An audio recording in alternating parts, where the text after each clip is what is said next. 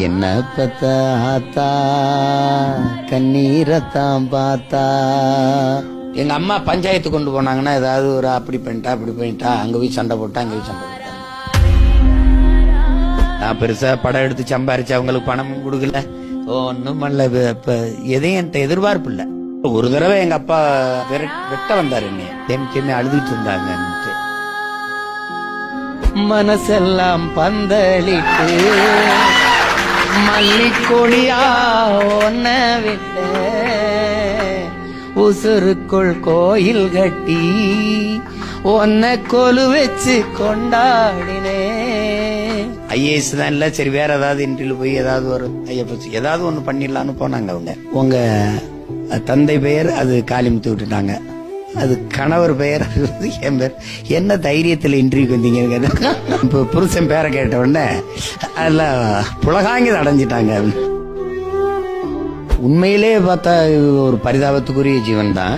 வருஷ நாள் தேர்தல் நாட்டில் நடக்குது, அதனால நமக்கு இங்கே என்ன கிடைக்குது? எரியும் போது போனமும் கூட எழுந்து நிக்கிது, உசுறு இருந்தும் ஓ முதுகே குனிஞ்சு நிக்கிது. அடத்தோளா ரொம்ப நாளா பேசாம தான் இருந்து கோழி குஞ்சு. தவத்திரு குன்றக்குடி அடிகளார் அவர்கள் மனிதனுக்கான அடிப்படை தேவை உணவு, உடை, உறையுள், இது மூன்றையும் கொடுக்க வேண்டியது அரசின் கடமை. அதை அரசு, மக்களின் அரசு செய்யாத போது அந்த சமூகம் குற்ற சமூகமாகத்தான் இருக்குங்கிறது. எனக்கு பசிக்குது, உணவு தரணும், தரேன்னா நான் திருடுவேன், குற்றவாளி. சமூகம் குற்ற சமூகம், இதை மாற்றவே முடியாது. அதுக்கு யார் பொறுப்பேற்கிறது? எங்க அம்மா காலையில் நான் பார்த்தேன் தொலைக்காட்சியில், பணம் கொடுக்குறாங்கன்னு. நான் போறான்னா யதார்த்தம் இருக்கு. ஒன்றும் இல்லை, நான் ஒரு வலிமையற்ற மகன்.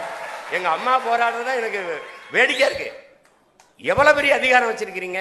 பணம் கொடுக்கிறவன் தேர்தல் நிற்க தகுதியற்றவன் என்று தகுதி நீக்கம் செய்யுங்க, அவ்வளவுதானே. ஒரே நாள்ல பணம் செல்லாதுன்னு சொல்ல முடியறவங்களால ஒரே நாள்ல நிற்க தகுதி நீங்க சொல்ல முடியாதா? அதனால அம்மாவுக்கு அன்போடு நான் வேண்டேன், நீங்க போராடாதீங்க, செய்து காட்டுங்க. இதுக்கு இங்க பாருங்க, இதுக்கு ஒரே ஒரு வழிதான் இருக்கு. தனி மனித அபிமானங்களை தலைமையேற்று அரசியல் செய்வதை, என் தாய் தந்தையருக்கு நான் அதை பேசல, என் தம்பி தங்களுக்காக பேசுறேன், விட்டு ஒழிங்க.